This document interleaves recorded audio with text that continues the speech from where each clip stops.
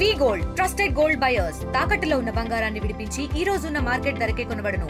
మరిన్ని వివరాలకు సంప్రదించండి 7771077720. అమెరికాలో 2 రోజులుగా తెగ వినిపిస్తున్న పేరు జోహ్రాన్ మమ్దాని. ఇండియన్ ఆరిజిన్ అయిన ఈ 36 ఏళ్ల వ్యక్తి న్యూయార్క్ మేయర్గా ఎన్నికయ్యారు. అప్పటి నుంచి యాక్చువల్లీ ఇతను చాలా రోజుల నుంచి వార్తల్లో ఉన్నారు.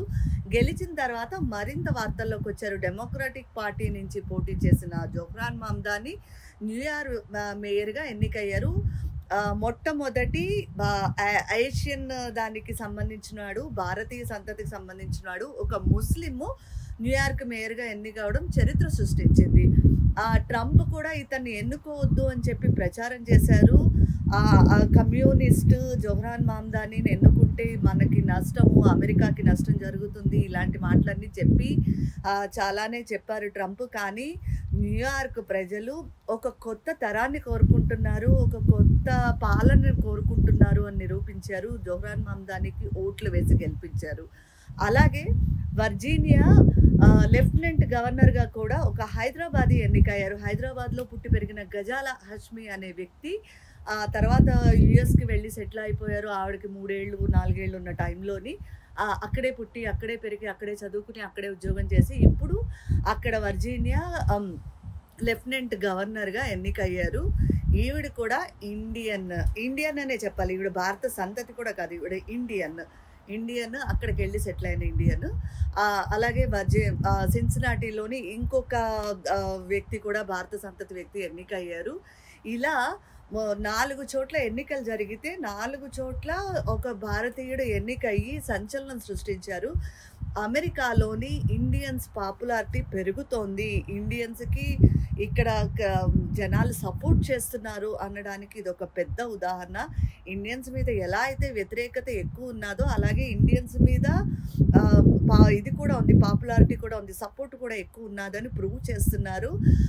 అమెరికన్లు కొత్త తరాన్ని, కొత్త పాలనని కోరుకుంటున్నారు అనేది చాలా బలంగా కనిపిస్తున్నది. ట్రంప్ రిపబ్లికన్లు ఎంత చెప్పినా కూడా జోహ్రాన్ మమ్దానిని ఎన్నుకోవడం వెనుక ఇదే మెయిన్ రీజన్ అనిపిస్తుంది. ఇంకా జోహ్రాన్ మమ్దానిని ఎందుకు ఎన్నుకున్నారు అంటే ఆయన చెప్పిన ఏవైతే నన్ను ఎన్నుకుంటే నేను చేస్తాను అని ఏవైతే వాగ్దానాలు చేశారో అవి న్యూయార్క్ ప్రజల్ని కానీ న్యూయార్క్ యువతను కానీ చాలా ఆకర్షించాయని చెప్పాలి. మహిళలకు, పిల్లలకు బస్సుల్లో ఫ్రీ ఉచితము, భోజనాలు, స్కూళ్ళల్లో భోజనాలు పెట్టడము, అలాగే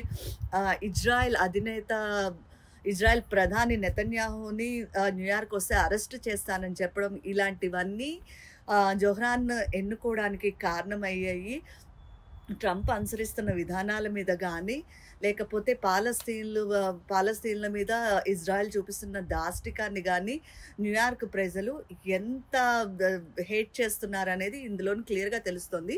ఇంకొక ముఖ్యమైన విషయం ఏంటంటే out of Israel, out of పాలస్తీనాలో తర్వాత న్యూయార్క్లోనే ఎక్కువ మంది పాలస్తీన్లు ఉన్నారు. అందుకని జోహ్రాన్ నెతన్యాహును అరెస్ట్ చేయిస్తానని వాగ్దానం చేశాడు.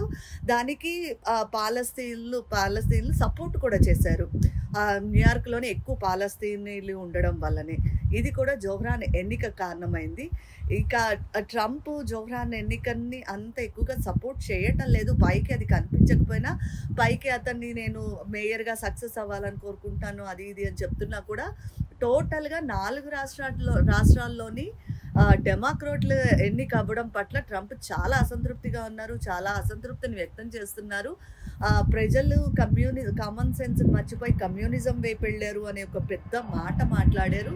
డెమోక్రటిక్లో వస్తే అమెరికా ఆర్థికంగా నష్టపోతుంది, ఇది మీకు ముందు తెలుస్తుంది అని హెచ్చరించారు. నేను పనిచేస్తున్న కాలంలో ఈ ఏడాదిలోని నేను అధ్యక్షుడిగా అయిన తర్వాత ఈ ఏడాదిలోని అమెరికా చాలా ఆర్థికంగా డెవలప్ అయింది. కానీ డెమోక్రాట్లు వచ్చారు ఇప్పుడు, వారి వల్ల అసలు ఏమీ అవ్వదు అని ట్రంప్ కమెంట్స్ చేశారు. సో ఇదంతా డెమోక్రాట్లకి జోహ్రాన్కి ఆపోజిట్గానే చేసినట్టు క్లియర్గా తెలుస్తోంది.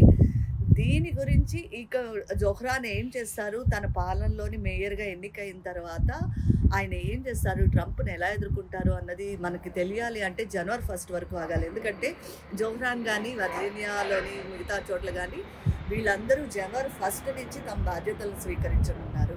నేను మనోజ్ఞ. ఆర్కన్సా RTV. చరిత్ర సృష్టించినోడు ఇప్పుడు ఆ చరిత్రని తిరగరాయబోతున్నాడు.